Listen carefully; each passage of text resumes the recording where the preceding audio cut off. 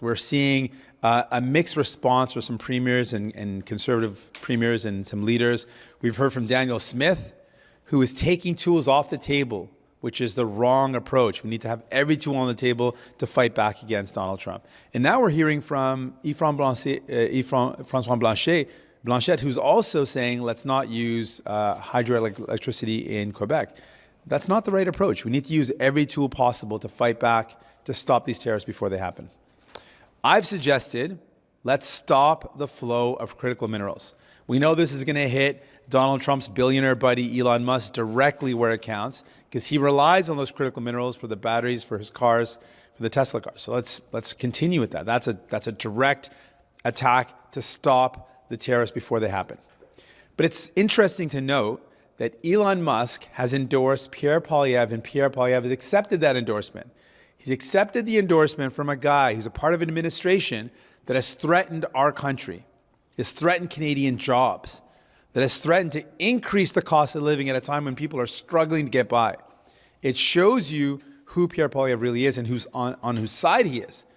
Elon is endorsing him because he knows that Pierre Poilievre is going to make billionaires even richer. And when Pierre Poilievre makes billionaires richer, the only way that happens is by cutting from the middle class, hurting the working class, hurting them. That's what he's going to do.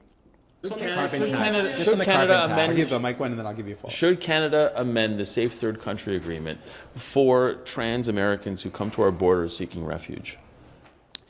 On that note, I think it's really sad for the folks in the States right now that heard the president basically say that they don't exist or that their reality or their identity is no longer recognized. It's really scary for a lot of folks. And I just want to acknowledge how scary that must be for people who heard that, who now feel really alone, who feel really afraid. I think what Canada's always done is shown as a country that we are there for people when they're in their times of need. It's something that's been a point of pride of Canada.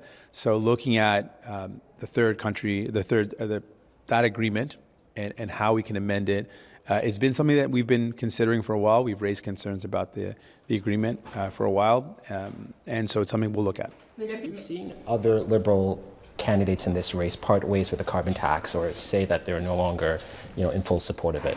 How does the NDP feel about the consumer carbon tax? Are you ready to part ways as well? Well, we will announce our full plan very soon. Of course, you'd imagine we'll announce that when the campaign is called. On the consumer, I'll give you a question. On the consumer carbon tax, you had said that you're thinking about it. But even yesterday, Stephen Guilbeault said he's supporting Mark Carney, who is walking away from the consumer carbon tax. And Stephen Guilbeault is also saying that, that is not what is doing the bulk of the work on it. And he says that, people have changed and it's unfortunate. But does that mean that you're looking at it and when you make your platform that you may not have a consumer carbon tax in there? Well, we're going to release our plan and we'll let you know exactly when we do, exactly what our plan is. I can just tell you the elements of the plan that you can expect to see with a new Democrat plan. We have seen the Liberals' approach and the Conservative approach, and we didn't like either. It was clear to us that working folks did not feel that they were supported enough in the fight against the climate crisis, and we called that as a concern with the Liberal plan. And frankly, billionaire or big polluters, who are often billionaires, big polluters got away with polluting, and it wasn't really a strong plan to take on the biggest polluters. The Conservative plan, let's be very clear, is to let big polluters pollute as much as they want, dump as much as they want, poison the water, poison the air, no limit. That's their plan. I think both of them are wrong. I think we need a plan that takes on the big polluters.